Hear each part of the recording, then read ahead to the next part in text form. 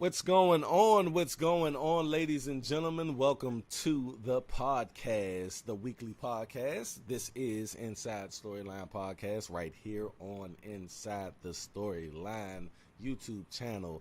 We are your host, Dutch the Creator, and I got my man Bronxx Legend up here. We about to get into some wrestling news and, touch on Raw and SmackDown this past week. But I think everybody really wants to talk about what transpired last night, my brother. And what transpired last night was, in my eyes, it was disappointment. On Raw, Seth Rollins made a great pitch for why Cody Rhodes should win or go for his championship, right? He made it was solid. It was solid, my brother. And y'all even heard me say, like, look, he sold me on it. He sold me on it, and I did a behind the promo video, and I said, you know what? Look, if they go that route, being that The Rock is coming in, and you can't deny The Rock. That's what you can't deny. I'm for it. But then they went last night and had Cody not even mention none of the things that Seth Rollins said, but created his own reason for. So let me get this right. So he sought out counsel from a legend, and the legend said, "You know what? let me fight him, and you give up your whole moment and your story." The story.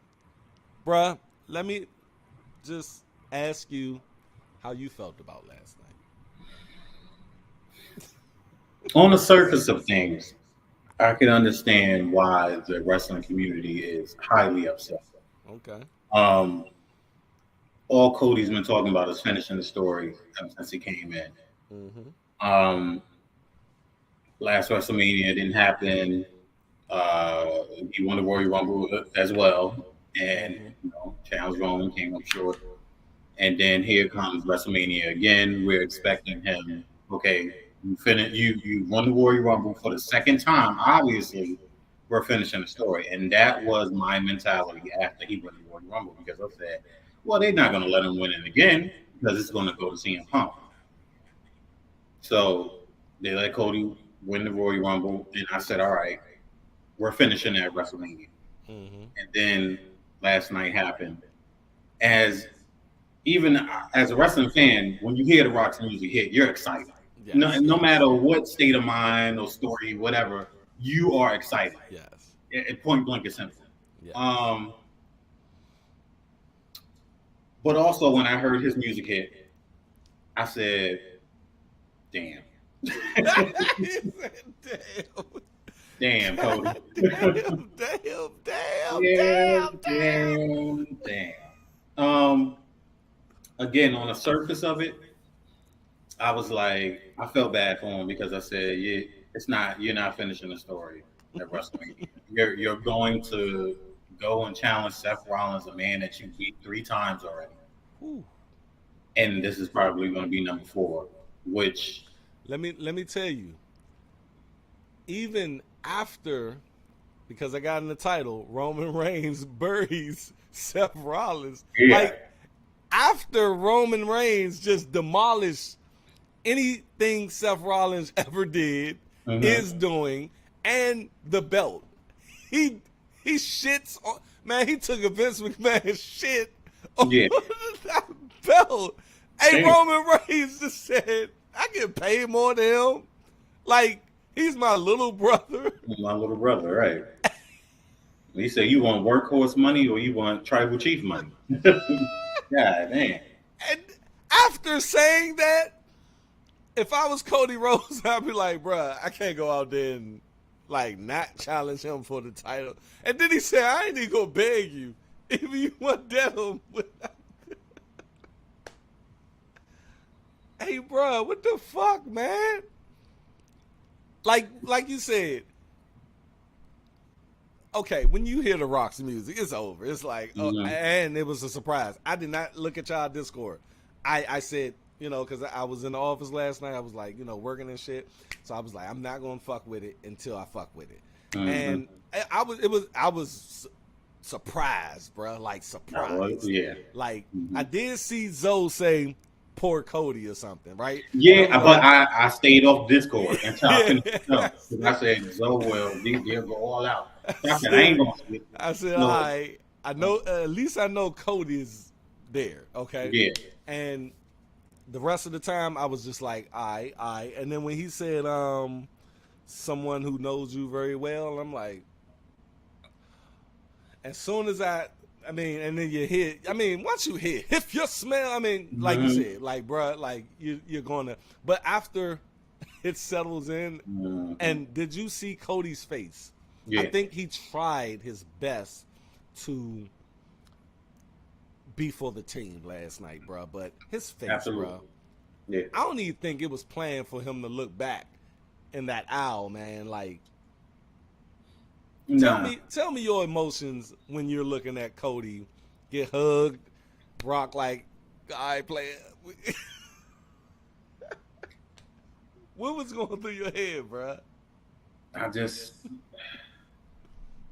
It's almost like a stepdad or dad bringing you in and hugging you and saying, "Look, it's gonna be okay. You fell off the bike. I understand. Now your knee is hurt and all that. But what you're gonna do is you're gonna get back up." He's like, "Yeah." And then he looks back and like, "Thanks, Dad.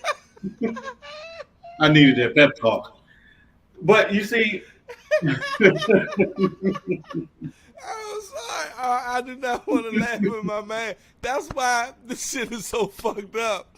Because, man, what the fuck, Triple H? Hey, man, I don't think this had nothing to do with Triple H. I think it had everything to do with The Rock. I think The Rock said. I think Triple H was fighting for Cody, man. I'm sorry. You know what? I don't. And here's why I say on the surface, it looks like. On the surface, it's fucked up. There ain't no other way to put it. We was rooting for Cody. We knew Cody was going to finish the story. And here we are, like, right at the edge of it. And it's like, all right, all we got to do is make it to WrestleMania. Oh my and then, boom, we're hit with this. Did we feel like this came out of nowhere? Not really. We kind of knew that Rock was going to be involved in some way, shape, or form. I said special guest referee, which I'm still not taking that off the table, and I'll tell you why in a minute. Okay. And then we said full-blown match. So we're getting full-blown match. And I'm assuming that Cody is going to be night one with Rollins. Things was going to change once CM Punk was out of the picture. Mm-hmm. Now we had to do something monumental. I get it. But I don't think that it was just Rock. I think that also him and Triple H, they have a very good relationship. I think they talked this over.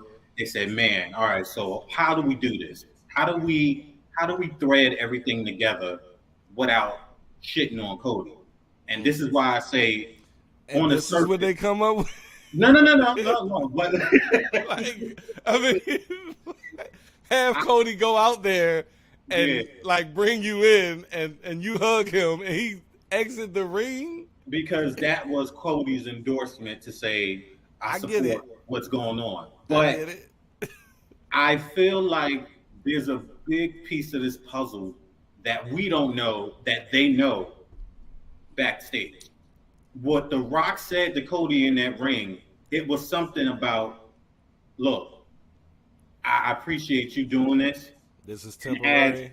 This is a temporary thing, but also going forward, I'm not just a legend or a old wrestler. I'm the head, I'm a member on the TK board. When I tell you that you're going to get everything that you deserve, you're going to get everything. And I think that's what Rock was telling him, like, look, you already know we're going to take care of you.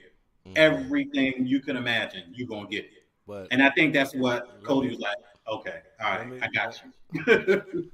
I'm going to pull one of your moves. Because you would say this after I started cooking like that. You was cooking. You was just cooking. Okay. That's what Triple H said to him last year. Yeah. That's exactly what that was the exact conversation. Now he's getting it from another person. That reminds me of Dave Chappelle on the Blue Street set and the director coming in asking him to wear the fucking dress. I ain't wearing the dress. Then the producer come in, hey, Dave, just wear the dress. I ain't wearing the dress. Man. I mean, look, man, this is what I'm saying. I understand, because even when I seen it, like when you're in the moment of watching this shit live or whenever you're watching it, a whole lot of shit's going through your head. Just like the last season of Game of Thrones. I loved it as I was watching it, but after a while, as it set in, I'm like, hold the fuck up. They why did Arya kill the Night King? Like, I'm going through my head like, what the fuck did I just watch? And that's how I was last night.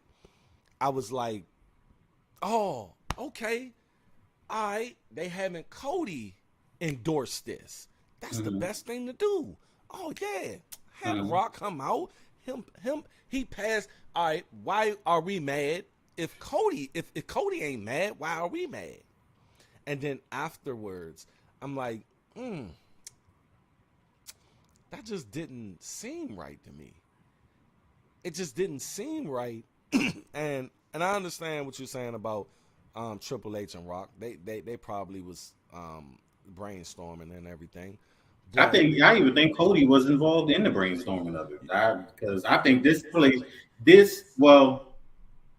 it probably took more conversation after Royal Rumble, after they found out that CM Punk it wasn't gonna happen. So what do you think the plans were before CM Punk injury happened? It was supposed to be Punk and Rollins, because I feel like Punk was going to win the Elimination Chamber. And then it was going to be Rhodes and Reigns. Because they did say Dave Meltzer, he basically got it confirmed that it was always supposed to be Cody to win the Royal Rumble. And CM Punk was going to win the Chamber to do Seth Rollins. Now, right. I would have been cool with the three-way. You know what I'm saying? I would have been cool with the three-way, but it's a way that you get there. It's all about logic to me. You know what I'm saying? Like the three-way, like I was saying on the joint this morning, I said it's not about the actual match. The match is the match. It's the build to a match. That's the whole premise of a match, is to build to that match. If you give me a bomb as like we said about the four-way Royal Rumble, like everybody had a stake in this, and Randy Orton coming back, 18 months gone, Bloodline putting them out, AJ Styles just got fucked up by the Bloodline. AJ Styles is mad at LA Knight because he took his spot.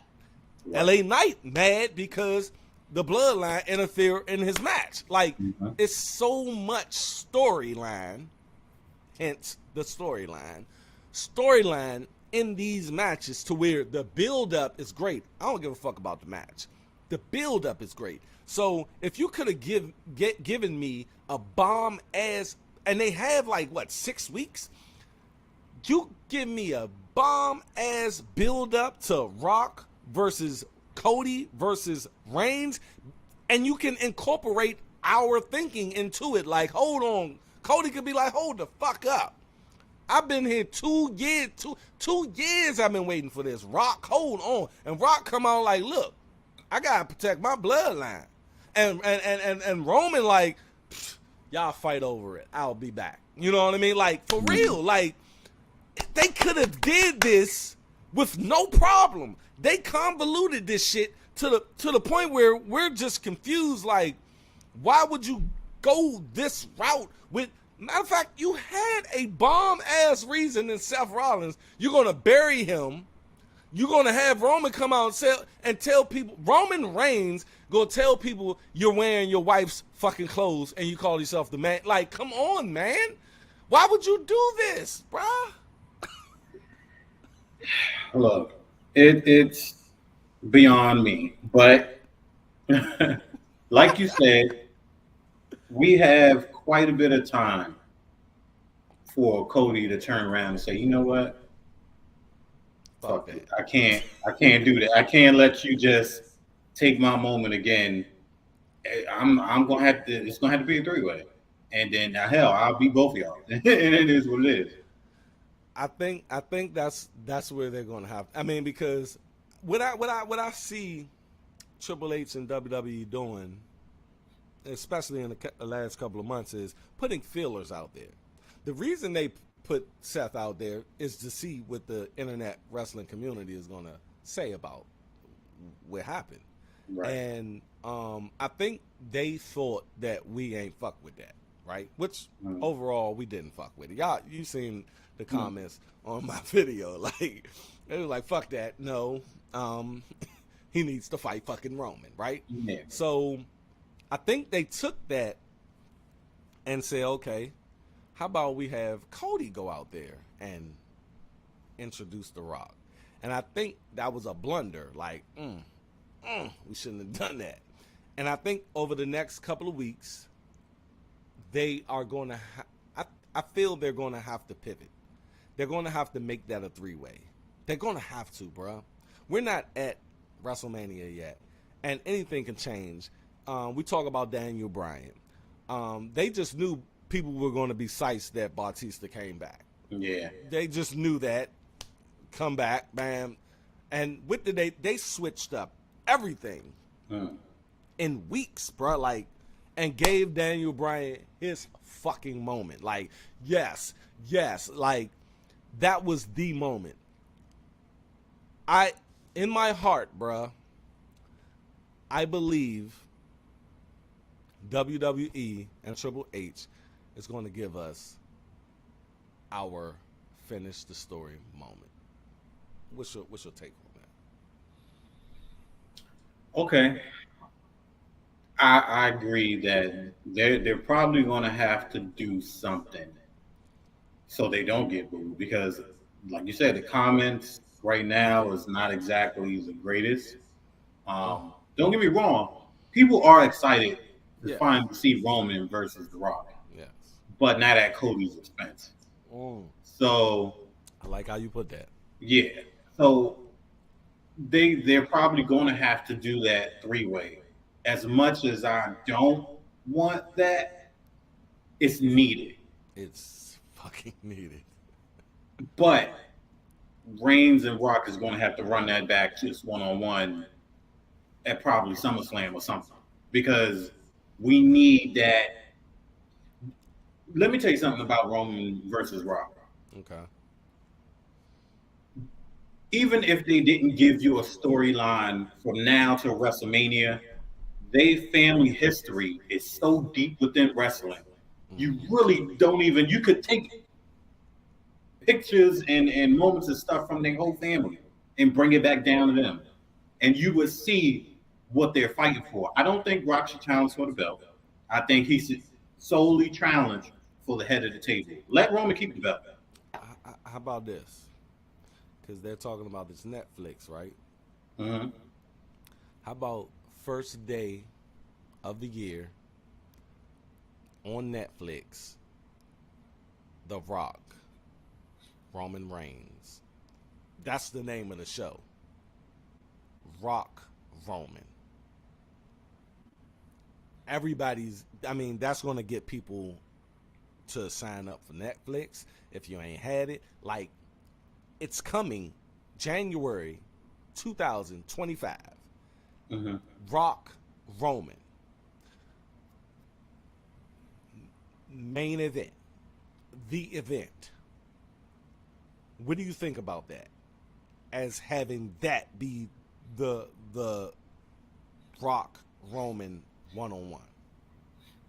I don't think they're going to put it on a regular show, just as much as they wasn't going to put it on Elimination Chamber. So if they're not going to put it on that PLE, they're not going to put it on a regular show.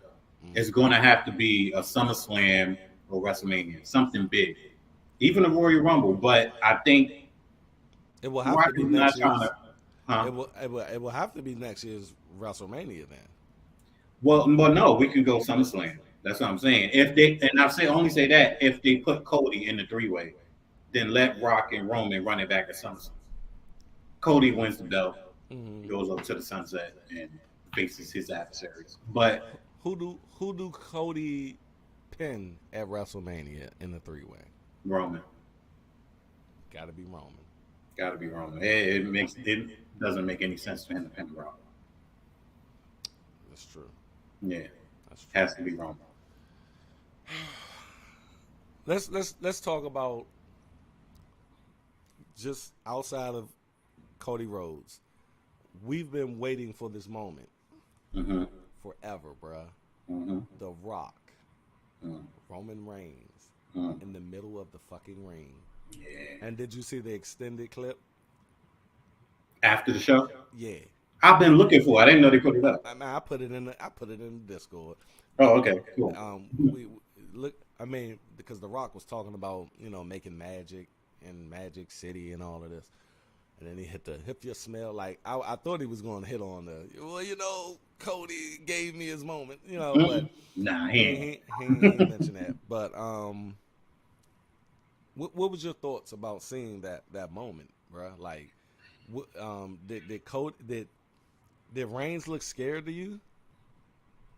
Nah, he did that lip quiver shit that he do. I'm gonna see if I can do it. He does that that kind of that flinch. And again, he hit that face. When he's surprised when that music hit. He didn't look tribal chiefy, man. I swear it looked like Daddy came home. He been fucking.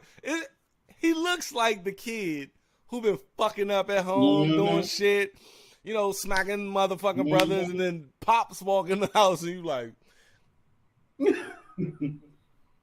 man. I mean, it didn't look like fear, but it looked like Big Brother home. Yeah, like damn.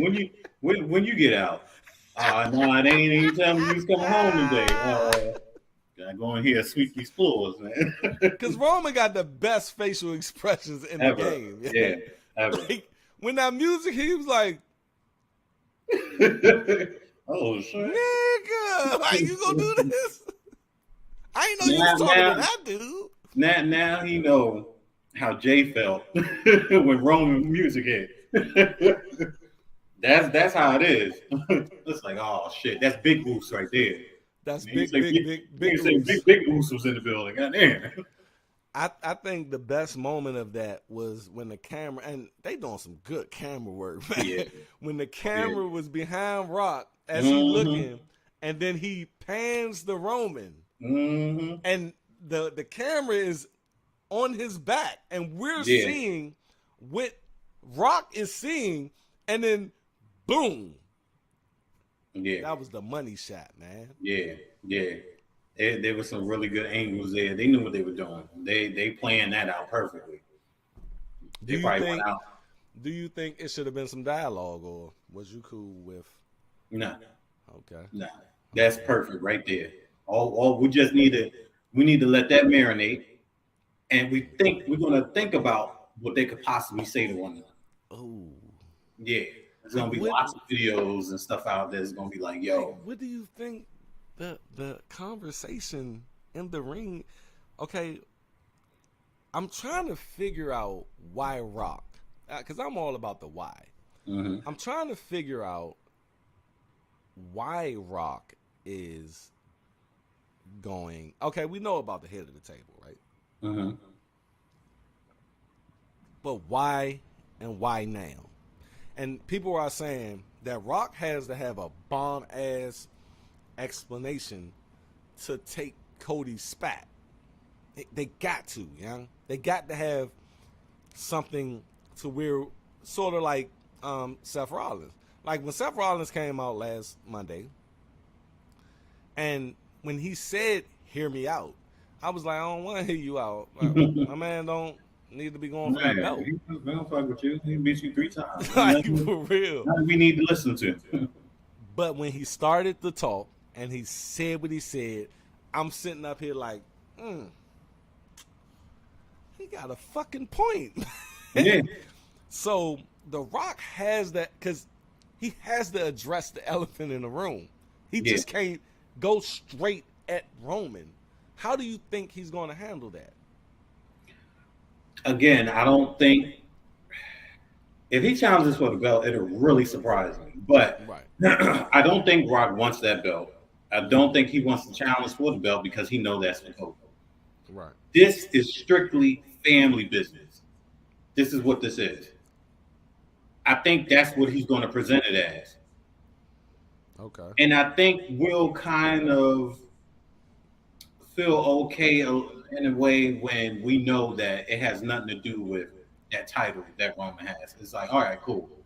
If Roman loses a win at WrestleMania, it's still an opportunity for Cody to take what he loves dearly. And that's why Cody was harping on the title and what Reigns has. Yeah. Okay. I want that, what you got right there, and I'm coming for you. So he knows something that we don't know. That's what I'm saying. When he said he got counseled, I don't think it had to been. He said he would take everything from you, but it starts with breaking him down mentally. To take that title, to take that that accolade from him of head of the table, ripped from him. You begin to break down this person that you thought was untouchable. That leads me into some cooking that I'm about to do. Go ahead. Cook.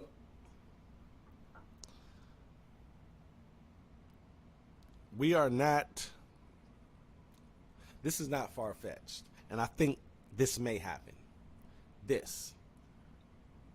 Roman Reigns versus The Rock at WrestleMania 40, second night.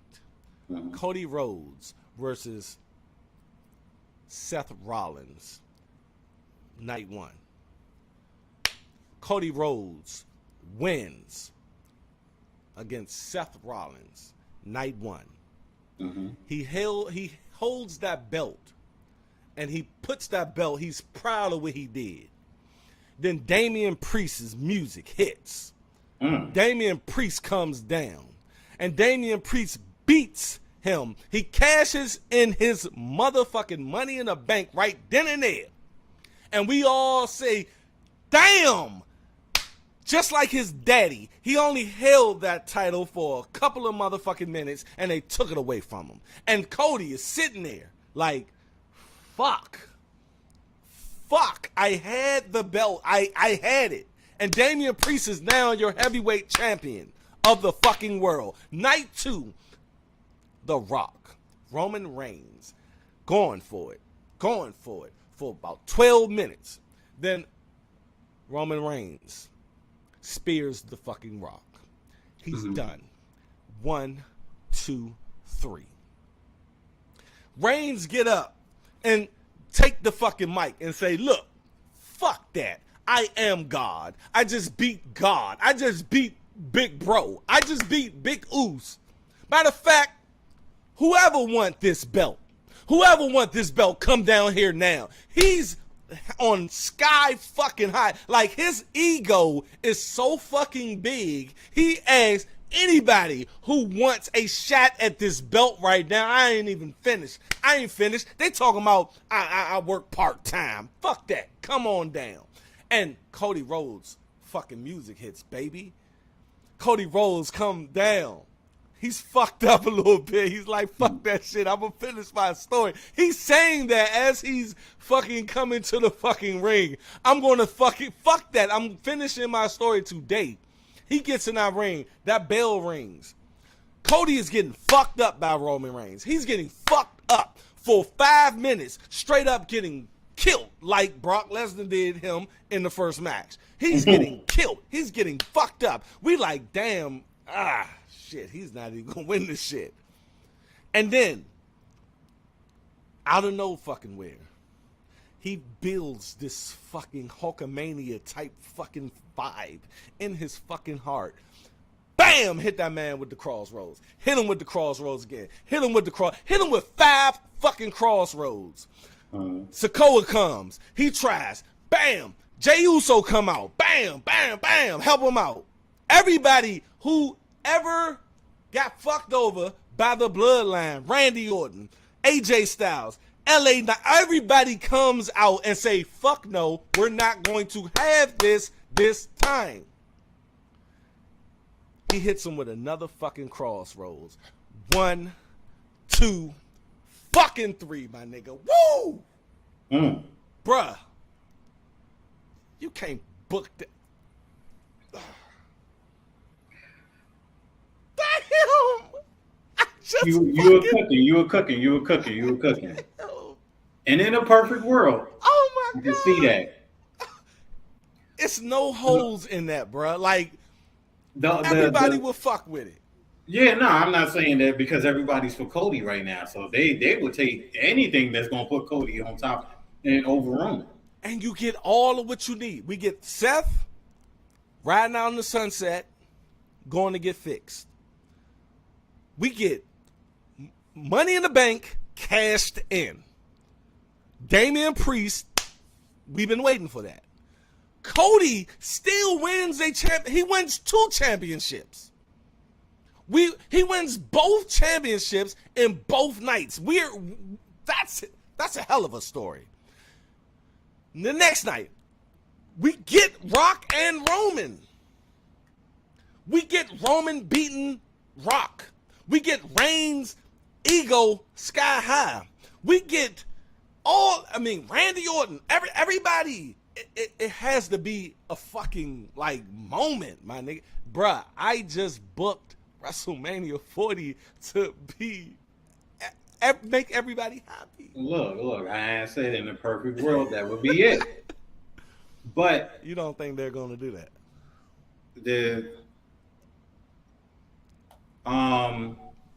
Rock versus Roman, that's the whole. They've been planning since McMahon was in the seat. Rock said that. But he said that he needed 12 minutes that's not. You need Rock is not, first of all, Rock is not laying down for nobody, and especially not in 12 minutes. You want that win, you're gonna have to work for it. He about to take Reigns to the Attitude Era and bring him back. So Rock's in his 50s. He ain't about to go out there for no more than 15 minutes. You know Rock, like anybody else, he's gonna give it his all. Yeah, he is. And he said that he's not gonna touch it unless he could. Yeah. So it's gonna be something monumental, something epic. It has to be.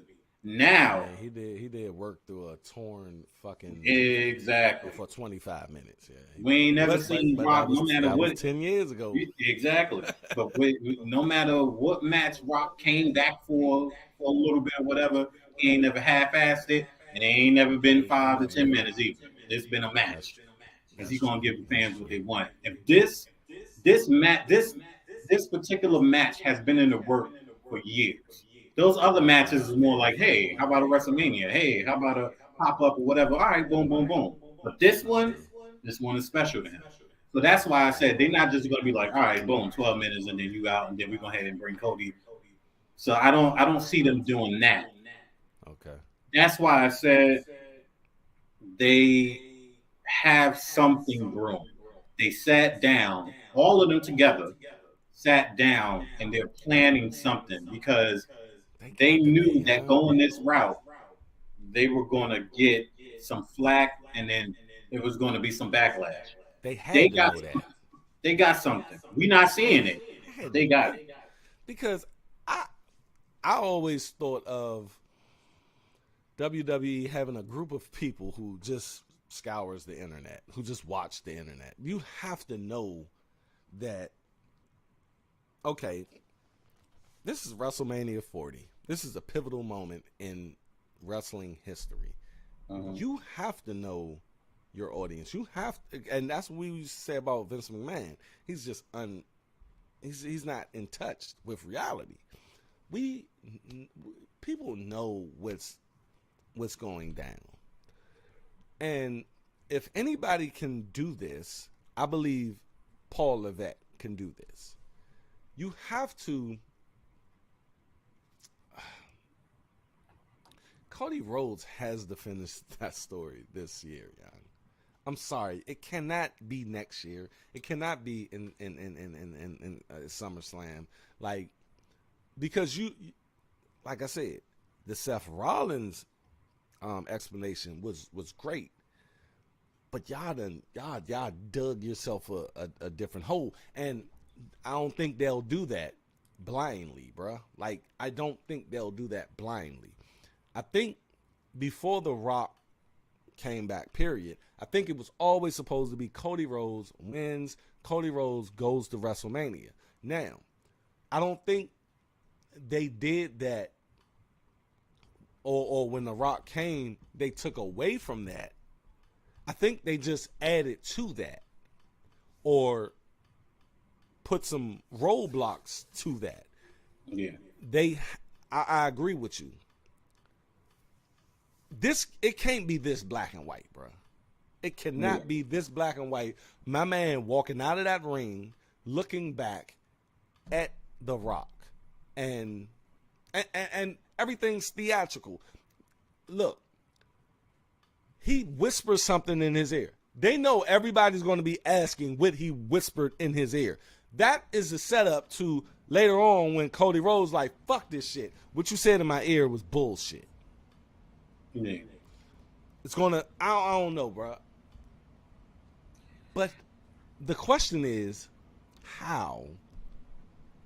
How the fuck we gonna get there, bro? This is taking us back to with Jey Uso and Jimmy and the Bloodline story. You know,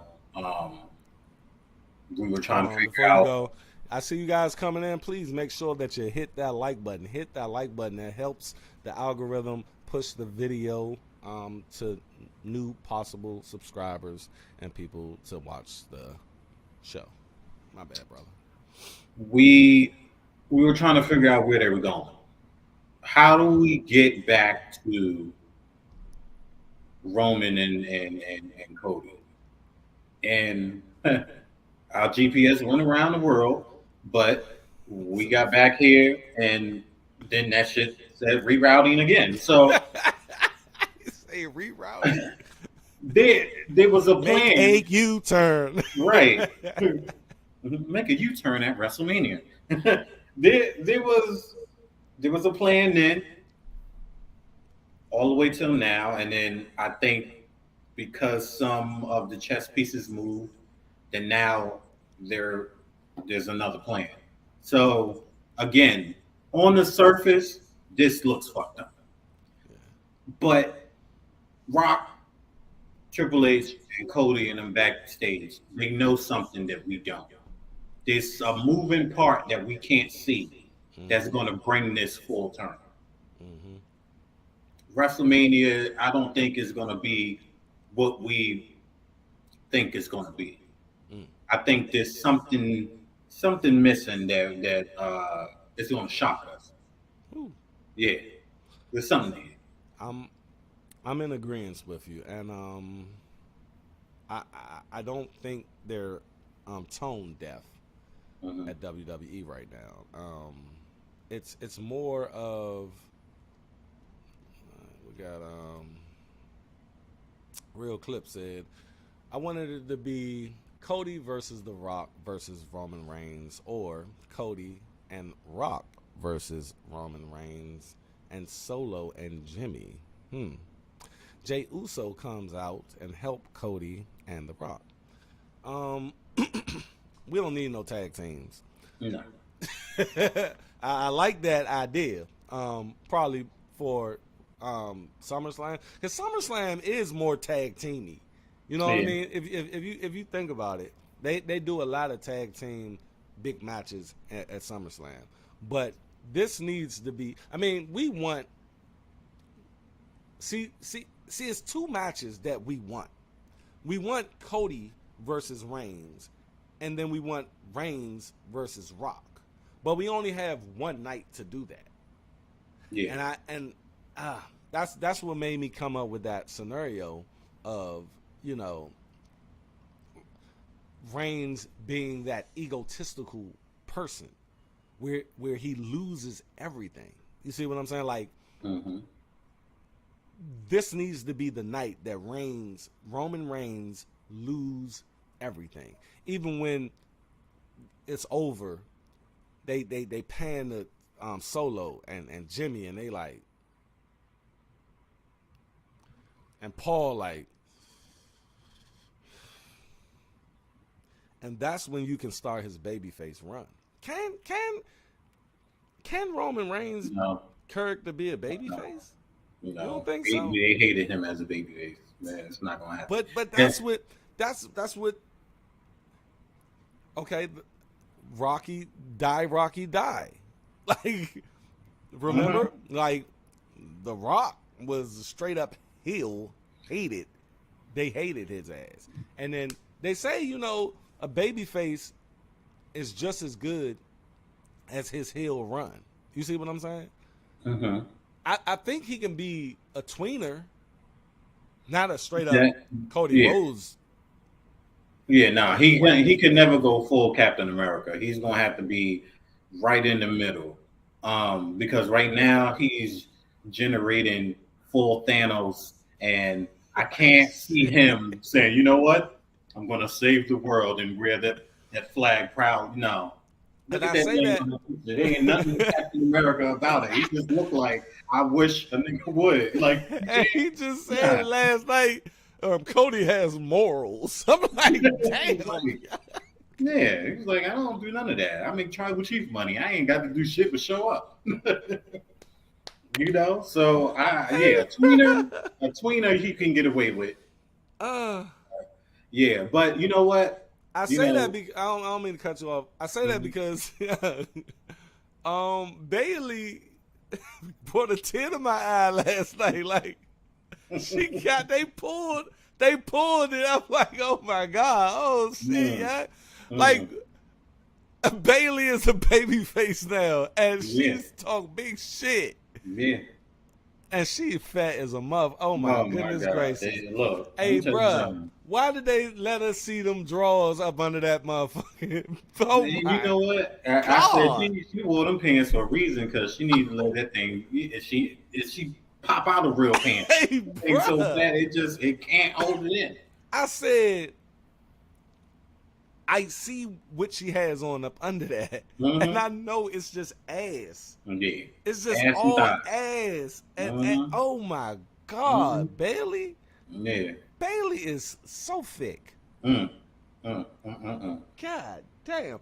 But I say all of that because when they panned to that doorway after they was laughing at her, I said, "Damn!" And she up there. I'm like, damn. And you know what that moment reminded me of? When Triple H and Ric Flair was conspiring against Batista. And it was like, you know, this was the night he was supposed to make his decision. And it was like, he said, Dave was not smart enough to pick me. He was like, come on, man. He's muscle. He's big and dumb. And he said, yeah, come on. You know, let's go out there. And Dave came out there and he was like, That's the thing. I was like, what? Because, I mean, they did the segment pretty good. They have him laughing and shit, and then she turned around and like, I think that segment was pretty good. But yeah, it was really good. But Roman Reigns, man, he's doing the best work of his life. Like I mean, his facial expressions, his and to be the man that's carrying this shit. I wonder, do he think to himself sometime like, I'm tired of doing this shit. Like, shit. It's getting old. Yeah. Yeah, I think when it started, it was like, you know what? I'll carry it. But my family got to be in it too. Right. Because if I'm making it, I need for them to, you know, get on track, and I'm going to take them with me. Because that's what their whole culture is about. It's about family and all that stuff, which I believe that's why Rock and Roman is going to be deep. Yeah. But also Roman is like, you know, he said before, this is a young man's game. He was like, it's coming to a head where after WrestleMania, well, he ain't losing a title. So after WrestleMania, it's going to be like, if he don't lose at WrestleMania, they might as well let him go ahead and beat Hulk Hogan's record. Well, that's what it's going to have to be. If he don't lose at Mania, they're going to drag that to SummerSlam. And then that's when we're going to see him versus Cody. If they don't, like I said, there's a piece missing that we're not seeing. If they don't pull the plug at WrestleMania, then we're going to go to SummerSlam. But even at SummerSlam, he has the win because it has to be after SummerSlam for him to beat. And you know they're all about records. They ain't going to get that damn close to Hulk Hogan's record being crushed. And getting Hulk out of here because they don't know what the fuck Hulk going to do. Getting that record out of here, like they're not going to get that close and not have him. I say this. If they don't have Cody win that belt at this year's WrestleMania, he's going to win it next year. They're going to have Roman. You think they're going to wait all the way till next year? Yes. They're going to do it. They're going to fucking do it. And what they're going to do is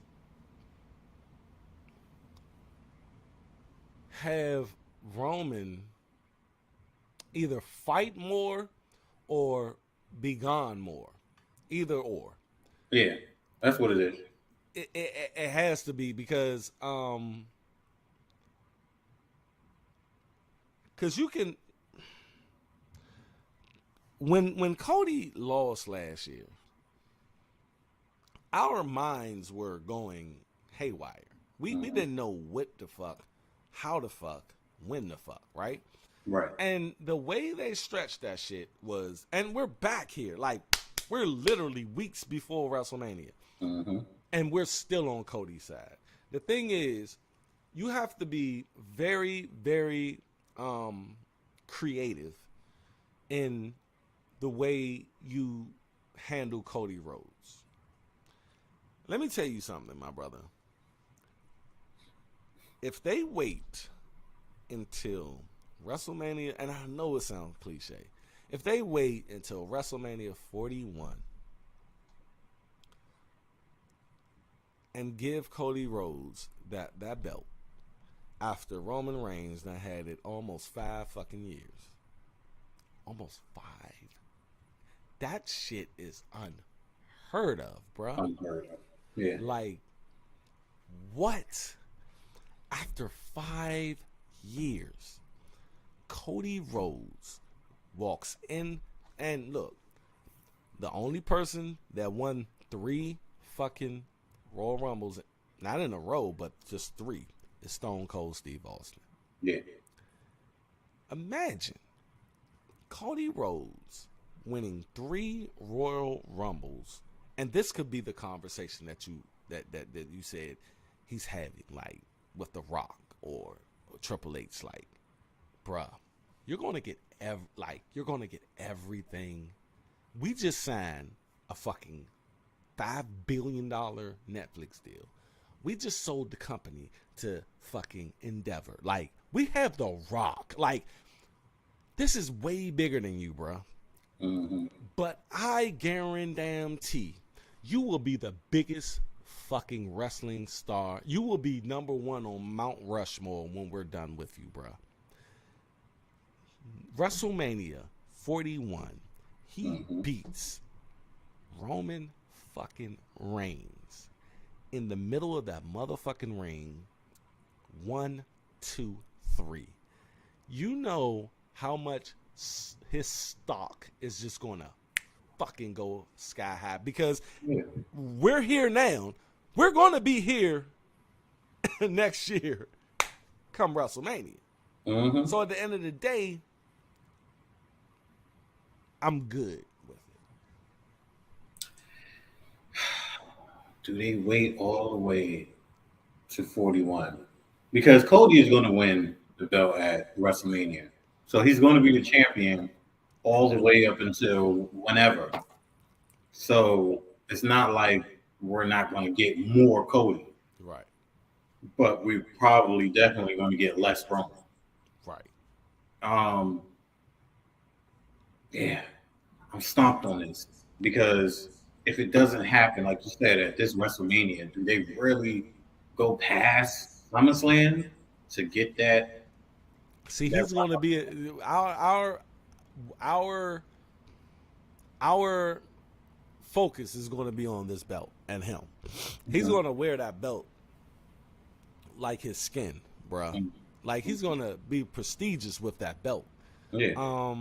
And I think around SummerSlam, Survivor Series, he loses it.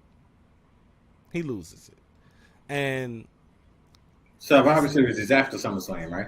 Yeah, that's towards the end of the year. Well, then Survivor Series, because we can't wait all the way to another WrestleMania. Man. My man Ruthless is in the building. This is my man from my other channel. He is up on this channel. I like when my people come from channel to channel following me. I appreciate you, man. I didn't even know you was a wrestling fan until the other day when he commented. I'm like, oh, all right. My man Heartless Revelator. Let's go. The thing is about wrestling, man, is this, my brother. It can go like, bruh, 4 months ago we were talking about Randy Orton coming back. Like we were just Randy Orton, like everything has man. We don't know where the fuck this shit is going. No.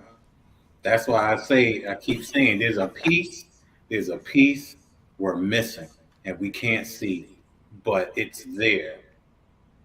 And I don't know. You see that chessboard and you just don't know. You know there's a move to be made. You're just trying to figure out where, you know?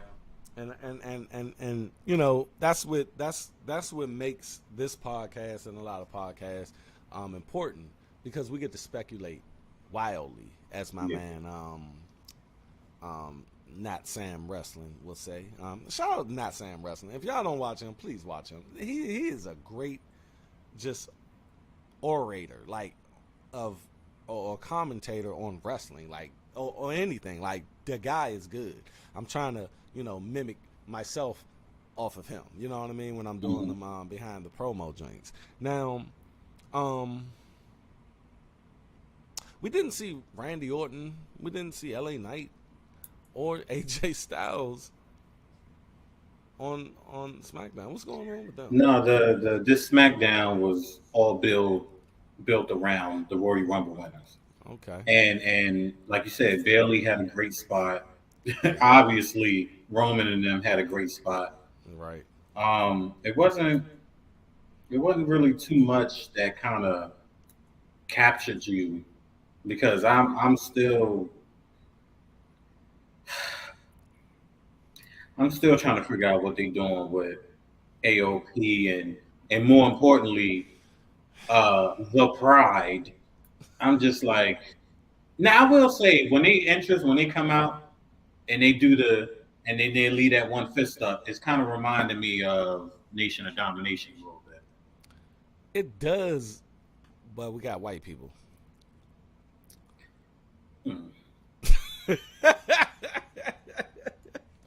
The way you said it, I mean, it does, but we got white people. We can't do that now. We can't. I mean, we did have Owen Hart trying to be in the Nation. Yeah. What was the dude named Crush? He was in Nation of Domination too. I was like, what was biker looking guy? It was weird, but we got white people.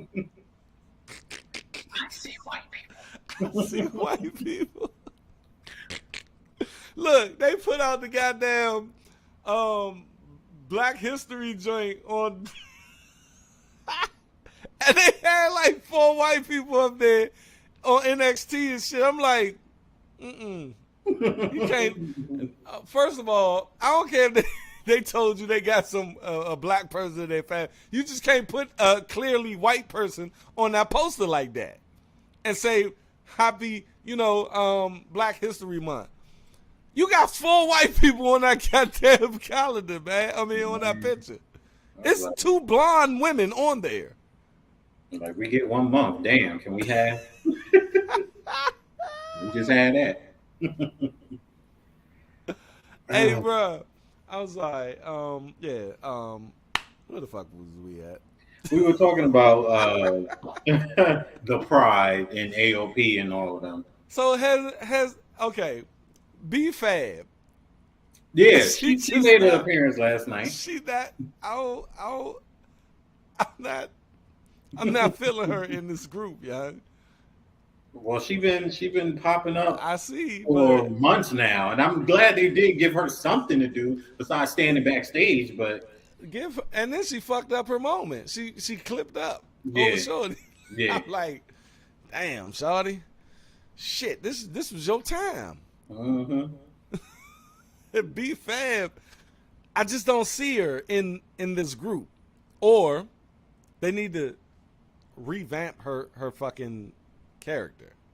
Yeah, I'm sorry. Even the match is international women's month too, so we sharing it. Okay. We that's what. Okay. Mm-hmm. Jade Cargill would have been better. Hell yeah. Yes, bro. Hell yeah. That would have, man. That my brother would have been. I can see epic. that. Like, Yeah, that'd be epic. She'll probably be the star of that group. Yeah, and I can see her like. Let's talk about Jade real quick. I'm glad you brought that up. Ruthless. They still. I guess they're not trying to push her out there like that. Well, she ain't in no storyline yet. She's doing the. And did Nick Aldis look like he was kicking my man out to fuck her? Like he was like, look, get the fuck out of here. Look at it. Not because she's still a free agent, so they're trying to. She was looking bad too. Yeah. No, she don't miss. She don't ever miss. Boy. They're trying to basically give her those moments where she's coming in. They're trying to figure out who's going to sign her. Okay. Same thing like Braun Breaker. Right. But Tiffany Stratton and Naomi signed last night with SmackDown. And Tiffany Stratton smacked the dog shit out of Keith Lee's wife. I said, God dang. That's Keith Lee's wife? She murdered her? Yeah. I didn't know that. I didn't know that. Wow. Because I know Tiffany Stratton is fucking with Ludwig Kaiser. Yeah. But her chin is big as shit. Yeah, I used to worry about her for a minute. I was like, "Is that a goddamn dude? A woman?" I mean, we never know these days. You never. I need to see birth certificate. Just put out that video. That don't 2K. Oh, wow. 2K. Where we at? Still at about over 2K views right now. 80 likes, 94 comments. Oh my god! Damn, they going in. Yeah. I know. I put my comment on there. I see. Oh, I got a part 2 to it too. I'm putting it out probably tomorrow. Okay. But the thing is, man, Jade Cargill, what I noticed about her is this, and I'm going to keep it real. When she's in interviews, she needs to stop sounding so orchestrated. Like, when she's talking, I'm here to be the legend. I'm a black woman. I'm here to. You heard that crowd out there? Like, it's so fucking artificial. Like, shorty, just be fucking real. Do you get that sense from her? Oh, am I just tripping? This is the same character she had in AEW though. So I don't think it's too far fetched from her actual self, to be honest. So I watched the clip earlier, and she was with her baddies, and it was like she said, "Well, to be around me, it's a blessing, and if you don't feel blessed, then you need to get out my ring." So it's always been some type of channeling her tribal chief energy. I always feel like that comes from her. So I feel like, yeah, she's humble in a sense, but she what I'm saying, that she's different. She's Because in she other says words, she's that bitch. yeah, She's that bitch. yeah. So I do hope that they do something with her real soon. And on top of that, that Bianca Belair, Jade Cargill, hey, bruh, I'm here for it. I'm here for it. So we do have a she can learn different tones of speed. That's true. That is true. No, because we haven't seen her interact verbally with anybody. It's only been in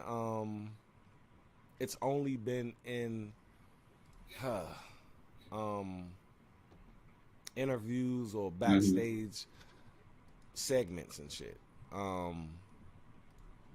I think once she get to interact with people and we can see it, and she needs a story.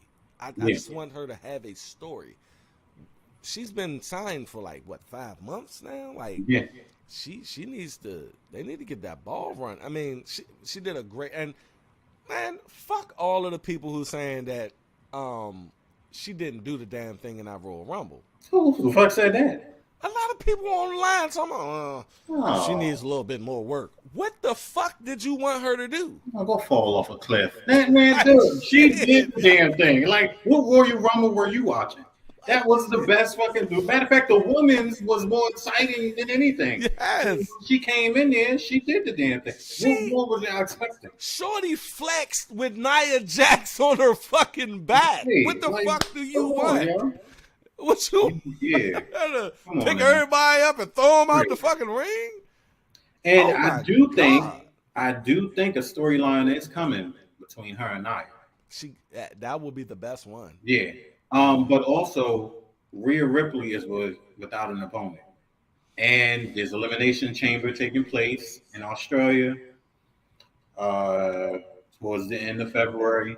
So I think that's going to. She might be in the Elimination Chamber trying to. She's going to be in the Elimination Chamber, but I don't think she's going to win it. But that's going to be the first time we see what she has long form. Right. Man, I think a lot of fans are a wee bit too critical of Jade Cargill. I think so too. I think we just need to give her a fucking chance. We haven't seen anything yet. Yeah. And we actually did see something. We seen her Royal Rumble debut, and she did a great fucking job. Right.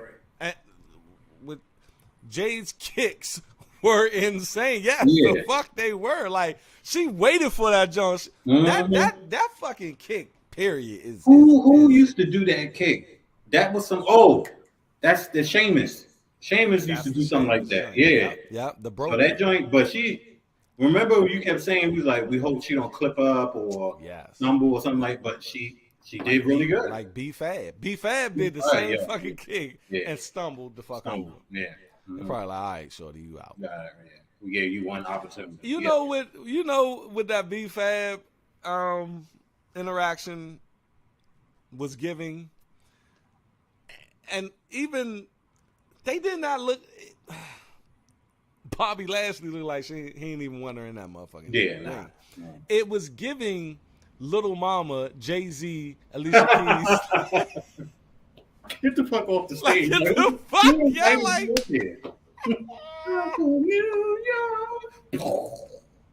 Hey, bruh.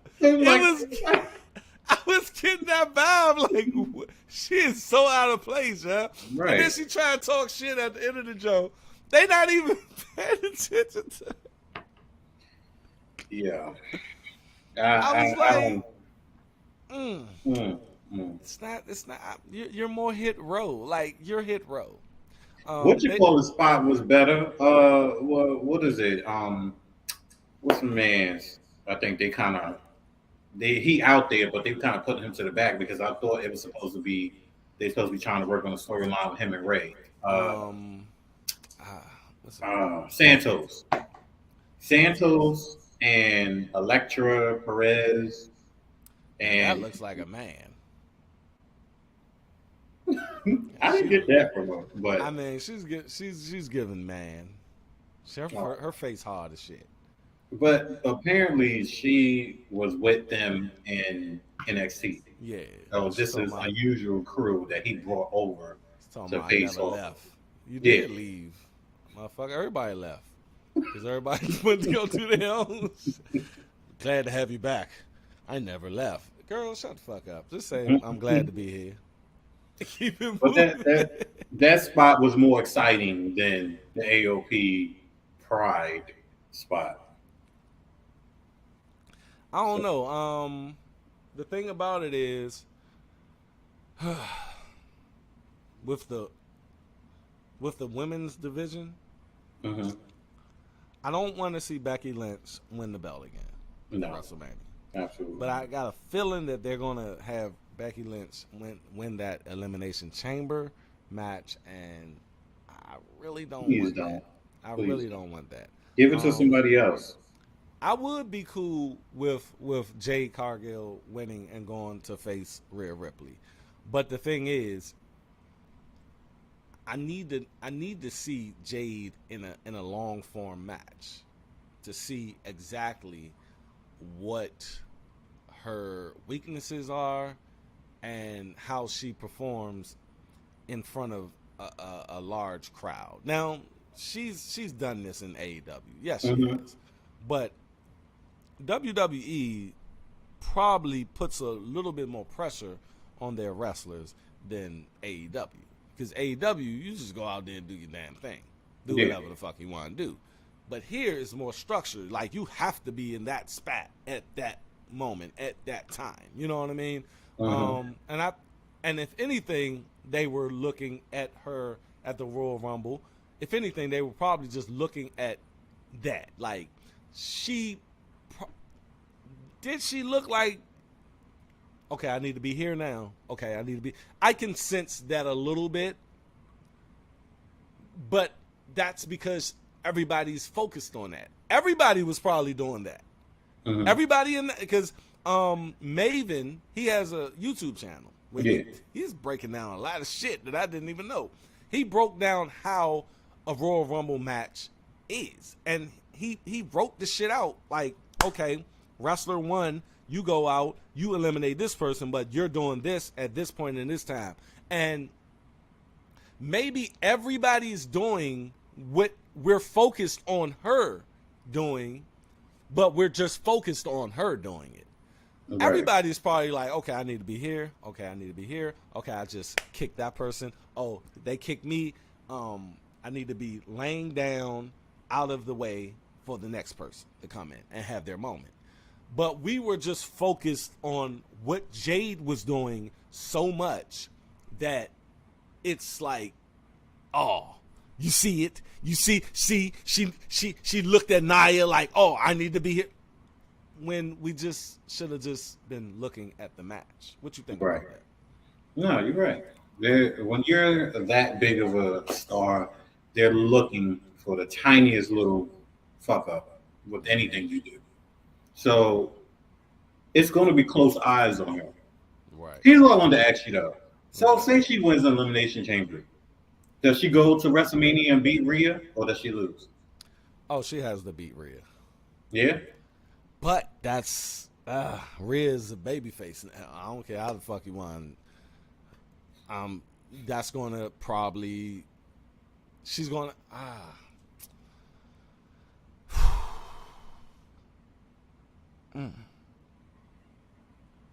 Damn. That's a tough one. Because Rhea is about to be adored. She's not even getting booed anymore, bro. No. She's a straight baby face now. But do you want to turn Jade Cargill heel? Because I feel like she's a baby face. She played babyface against Nia Jax. Period. If she goes against Nia, she's gonna be the baby. But Rhea, we don't want to get Jade booed. I don't think they'll boo Jade because I think. Don't get me wrong, we like Rhea, but I think they're ready to see a new champion. But I don't know if giving her a belt this soon and let her go over everybody else, is it too soon to do something like that? Well, it depends on the story that they're trying to tell, I think. Because when what's her name?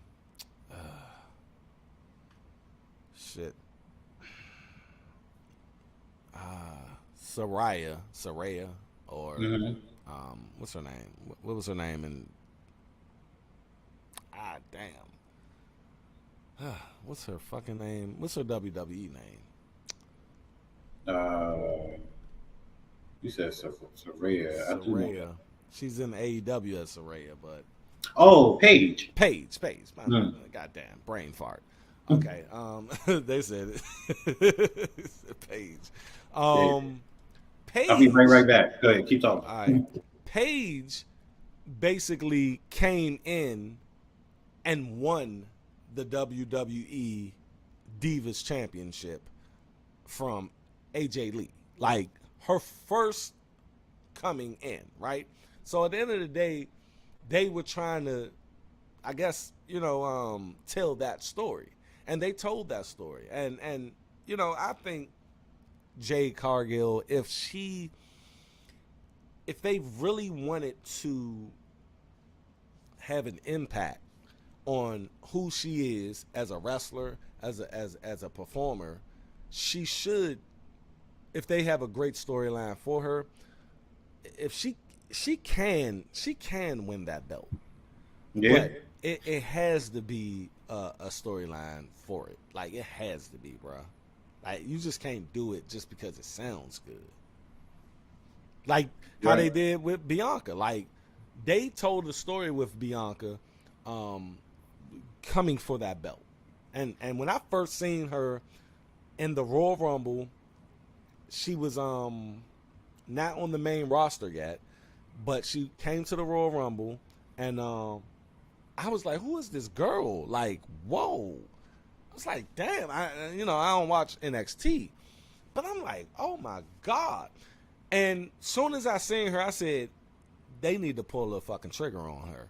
And probably a couple months later, she came up to the roster, and there you go. Shorty was a beast, and she was a champion. I think the longest reigning champion in the modern era, as she say.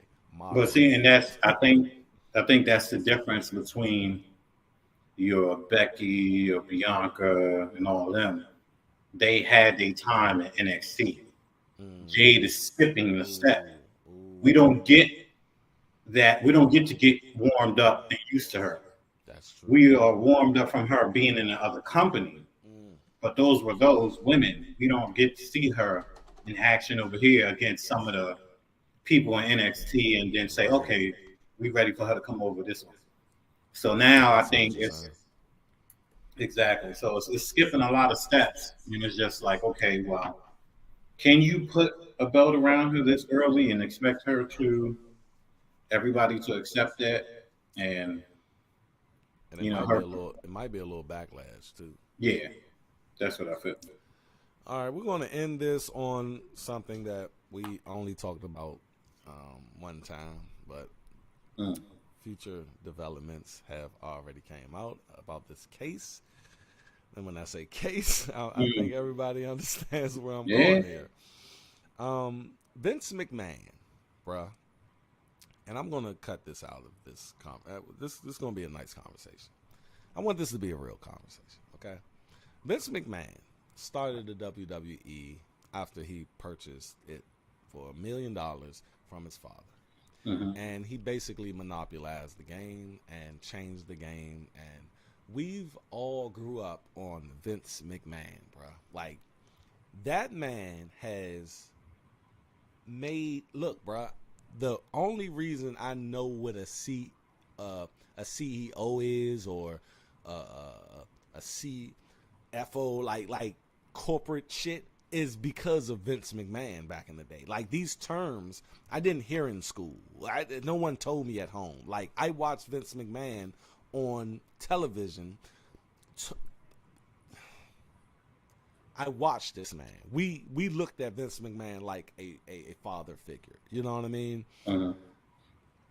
This man has been disgraced over the last month. This is the end of his life.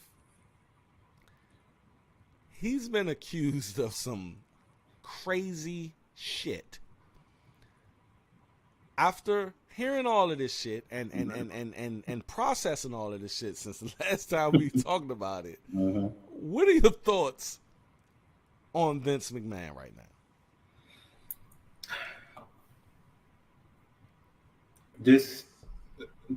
Every year, something comes out about a celebrity or somebody that's very well known to the public. And I'll put out there, it's mostly men who have power, money. They get caught up in these scandals and whatnot. And whether they are your R. Kellys, your Chris Benoit's, your Bill Cosby's, what was the guy from House of Cards? David Spade.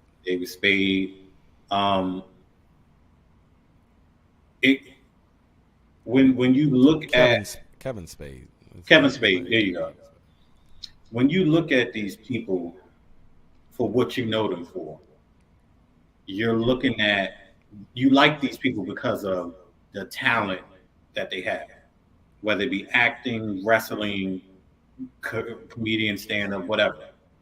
You're looking at them from that standpoint of view. You have no idea what this person does behind closed doors in their real life. You separate the two of why you like this person. So I will forever be grateful for McMahon elevating wrestling to the heights that he did. As a human being, apparently he's not that great. I mean, took shit on somebody. I don't know how low or much lower you can get by taking a shit on somebody. That's really even like, I mean, I just try to make sense of it. I mean, well, people have weird opinions and stuff. Look, my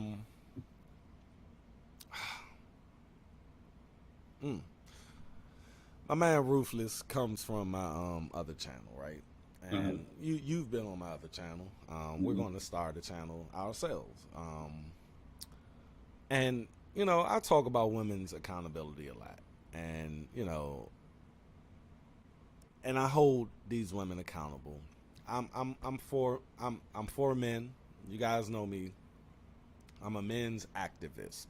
Not saying that I go against women. I think you can be for something, but not against, the other. Right. But this right here, man. This is one of them cases where, when I'm on my channel and I talk about women, it's the exceptions. I know what Shorty probably been through. You know what I mean? And those text messages were pretty brutal coming from a powerful man like that. You know what I mean? And I do understand that women have a hard time with processing things and being the bigger person, or just saying, you know, I don't want to do this. A man can be like, no, I don't want to fuck, no, fuck that, no, I don't want that. But women are more vulnerable than men. You know what I mean? And I think Vince McMahon groomed the fuck out of Shorty to have her feel safe with him, and then he laid this shit on her gradually. And it got it to a point where, you know, she got caught up in this shit, and Vince McMahon did some real cruel fucking evil shit. And you know, I'm not the one to be on the woman's side like that, but the shit that I read, man, was fucked up, bro. Oh, I believe it. Was real fucked up. And getting shitted on after doing some shit that you probably ain't even want to do with these two old motherfuckers. I'm gonna go ahead and fuck them. And you gonna shit on me? Like, what the fuck is going on? Yeah. Then you gonna go take a shower and then come back and then fuck me some more with shit on me. Like, come on, bro. Like, whatever contract we had would have been deleted after that shit. Like, I'm not that. Then yeah. Then all right. You know, again, life is about choices. She made a choice to serve him in whatever ways that makes him happy. If that included getting spread out to John and Brock Lesnar or whatever, then that's and what Brock talking about. Send me a picture of you pissing. Like, what the fuck, Brock? I tell you, white people have very weird fetishes. But if that's something you agree to, there has to either be some type of level to where you like, all right, look, you know, I don't, you know, sex is sex. I don't mind doing this and that. You got little weird feet fetishes. I see some feet pics. You know, I'll piss on you, whatever. But don't do that to me. Defamation on me. It has to be consensual. If look, the story would be totally different if say, what am I drinking? I am drinking some good old Simply orange juice, baby. The story would be totally different if Miss Grant was with this shit. Right. Hey, Vince, come over here, shit on me. The context is different because I think she was under duress. Like, I know I don't want to do this shit, but he's paying my bills right now, and then I'm stuck. And we have girls, dog, and that's why we instill in our girls certain shit. You know, like, I know I talk to my girls about, look, don't ever just depend on one fucking man. You know what I mean? Like, have something going for yourself before you have to, you know, be with a dude. You know what I mean? Absolutely. Or don't have a dude just control your whole fucking shit. Because when you do that, you'll be in destitute, and now you need that man. Exactly. And you don't want to ever feel like you have to do something or take any type of abuse because this person has a hold over your life. That's not where it's at. So I guess that's a sense or a level of teaching independence. It's just, damn, man. I was talking about, when we first talked about it on the podcast, all of the storylines that we seen back in the day. You know, a lot of podcasters was talking about that. And I said, you know, I brought it up first because I was talking about all of the shit that we seen with Trish Stratus, all of the kiss my ass, all of the... Vince McMahon had a storyline where he was going to have sex with his daughter, Stephanie McMahon. They scrapped that. But he brought that up, bruh. We don't know what he did with Stephanie. I mean, at this point, Stephanie doesn't even like her father. Because when they brought him back, she said, I quit. Vince McMahon may have, allegedly, I'm going to say this allegedly, Vince McMahon may have molested his daughter. You know, I was about to say, where you going with it? You think so? Why would he bring that storyline? Why would he want that storyline out there? I don't know. That would make for an uncomfortable storyline at that. Thank you. I don't know your name, but this is a great conversation.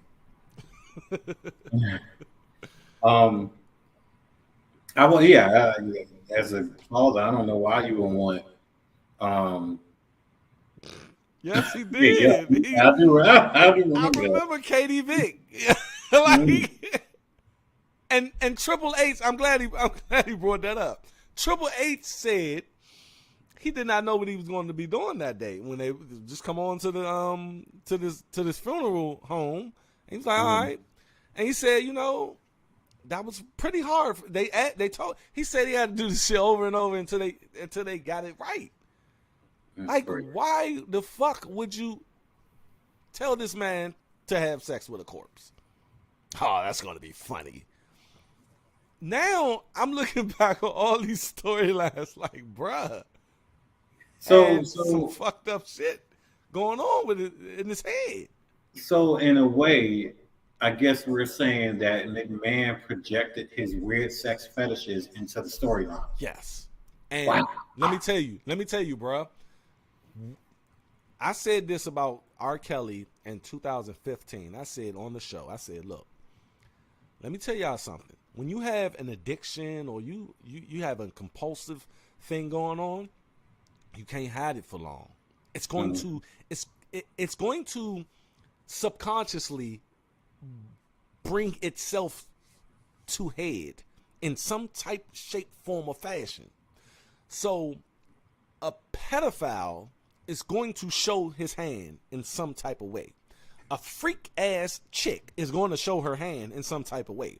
A dude that steals a lot, he's going to show his hand in some type of way. Like, I'm trying to tell you, it is going to show itself. And with Vince McMahon, it showed through these. He knew that everything comes through him.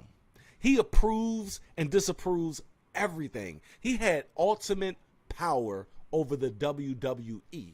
So every storyline that came through was his fucking baby. So when we seen them weird ass Katie Vick, Triple H having sex with the corpse, and Edge and Lita in the ring having sex, and Kiss My Ass, Vince McMahon, and Rikishi putting his butt in people's face, like, bruh came up with all this shit. You see what I'm saying? That shit was piercing through his creativity. You see what I'm saying? And he understood, hey, they're going to think that this is just storyline. Wow. I feel obligated to go back in time and watch these storylines now and see before they delete them, Jones. You're right. they brought the Chris Benoit, this motherfucker. He's never going to even be in the Hall of Fame. I thought once he retire or die, they're gonna put Vince McMahon in the Hall of Fame. He's never going in, young. And that goes to show you he only got rid of people because of how it looked. Like, bruh, Hogan ain't got shit on you, bruh. Right. Hogan going in before. Well, he already in, but Hogan will go back up before you. Hey, so you know. And then they took Brock Lesnar off all the stuff. Well, I think he's still underneath. If you go to the WWE shop, he's still underneath there on Superstars, but they took him off I think it was the video game or something like that. Oh, yeah? Yeah, they said it was some type of supercard, something off the game. They took him off. And they removed, because it was supposed to be him coming back. I think it was supposed to be him versus Gunther at WrestleMania. And what if the John that he's talking about was John Cena? Because he's close as fuck with John Cena, yeah. Nah. Because he ain't say Laurinaitis, he say John and Johnny, and I don't know. John Cena, I'm throwing a lot of shit out here today. John Cena is like that with Vince McMahon. So you telling me he's sending shit to Brock, but not sending shit to John Cena? I don't think Cena was down with none of that shit. And look, man, he close with R-Truth. Well, yeah. Now I can see that. I can see that, but I don't think shit on her. I can shit on her, Vince. Yeah, just go ahead, let it out. Go ahead, let it out. Let it out. It's a bunch. I know some people up there like, oh my God, I hope he didn't say my name in these text messages. Like, do you pre-plan taking a shit on somebody? Like, when you say, you know what, I'm gonna go ahead and eat these stewed prunes because I know I got me a shit fest lately. I think it's one of them joints where it's a power shit. It's some power because, like I said, I heard of them stories of them Instagram models going over to Dubai and you know these Arab countries and they're getting shitted on. It's a power thing, bro. Like I'm a shit on you because I can, and you ain't gonna say shit about it. So if you see her on Instagram or something, you're like, oh, I shit on her before. Yep. You ain't never shit on her. He goes video right here. It's like your little shit that you have against this person, or just in the moment, like shit on it. I'm gonna shit on this bitch. You know, the first time I heard that was in Biggie's song. Yep. Remember? He said it at the end of the show. Yeah, he said, you know, and she wanted me to shit on her. Shorty wanted me. I bent over and shitted on her. Yeah, he said, so after I shit on her. Now, if a chick wanted you to shit on her, would you shit on her? I'm not shitting on nobody. That's fucking disgusting. I don't give a fuck what type of weird fantasy you have. I was married for 13 years. I never even shitted in front of my wife. That's a private thing, young. Like, that's an intimate, private thing that I like doing with myself. I don't even want nobody going back there. I don't even want in there. Don't even go in there for a minute. I spray, you know what I'm saying? Like, and to not only you got a threesome with Shorty, with your trainer. How the fuck you just gonna shit on her? Like, it's beyond me. Having nightmares. You imagine her going to the gym and she need a spotter? No. Don't stand over me. Don't stand over me. She fucking paranoid now. She's traumatized by that shit. She probably thinks about it every time she takes a shit. She probably can't eat shit right. Yeah. Like, oh my God. And like you said, what the fuck? And they said it was running down her back. So it was some stewed prunes. Yeah, man. It was some milky shit. Like, I'd rather get shitted on with like hard shit. It just roll off. But you got this milky baby shit. How about don't shit on me at all? I don't give a fuck if it's solid, wet, runny, or what. Just don't do it. I mean, if I had to get shitted on, I'm saying if I had to, if it was going to happen. So would you tell them, please eat dry food and cereal, like more like weenies, stay away from wet shit? Wow. Hey, bro. Hey, what the sure? That pedia, boy. Hey, bro. Pedia up in you. Spirit squad segments. Yeah. Oh yeah. I think you think Vince McMahon been shitting on chicks? Cause you don't just start shitting on nobody in your He probably was the only one that came out and said it, because it takes courage to say, "Yo, I got shitted on." I don't want nobody to know somebody shit on me. What the hell?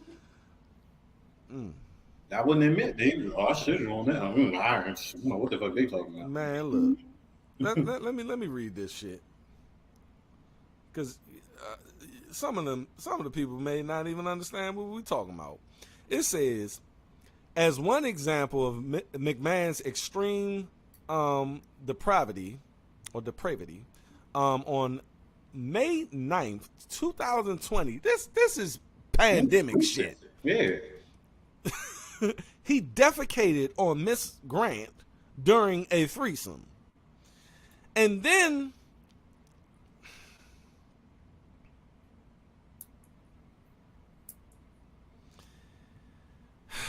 he continued, and then he had her continue to pleasure his friend with feces in her hair and running down her back. So we know now that that's some milky shit.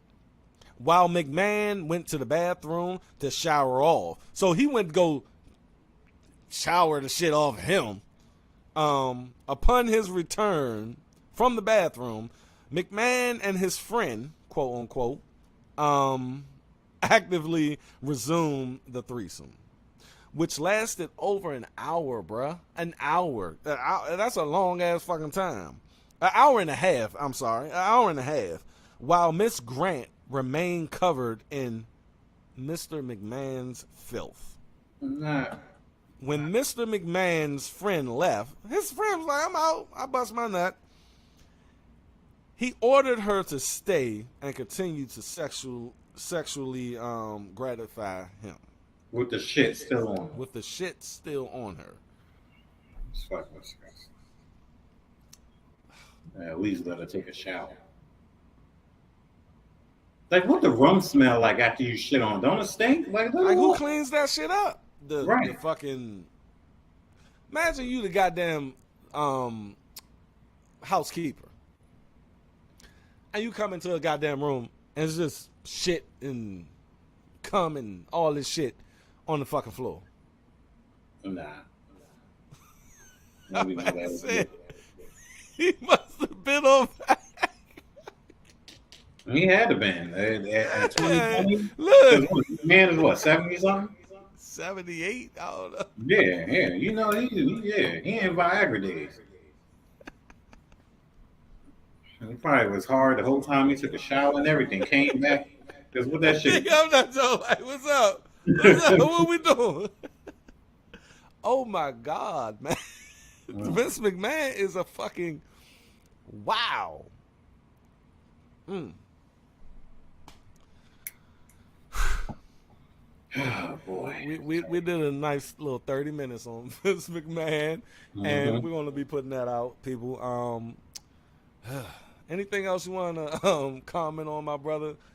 I think we touched on a lot of things tonight, and nice podcast tonight, people. We're up here every Saturday night, you guys, and we're talking all wrestling throughout the week.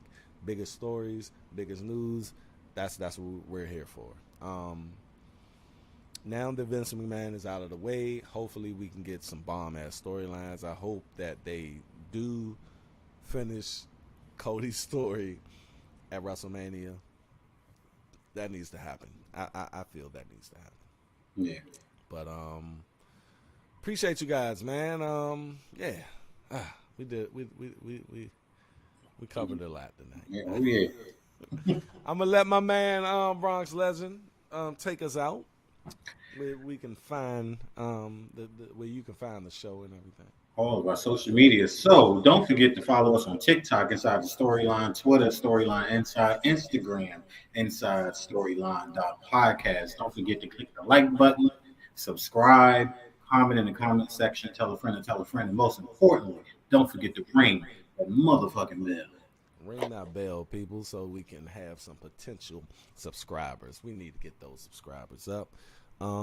At the end of the day, people, we are all here for one reason, and that's the love and passion for this, what we call professional wrestling. And yeah, man, we've been doing it for over 6 months now, and hopefully we can keep it going. And we appreciate all of the viewership. We appreciate all of the people coming through. Appreciate all of the comments. I'm seeing new people in there. We're doing this one subscriber at a time. Let's go. Y'all, make sure you stay inside the storyline, because that's where we will be. All right, peace. We are out. We will catch you guys on the next go round.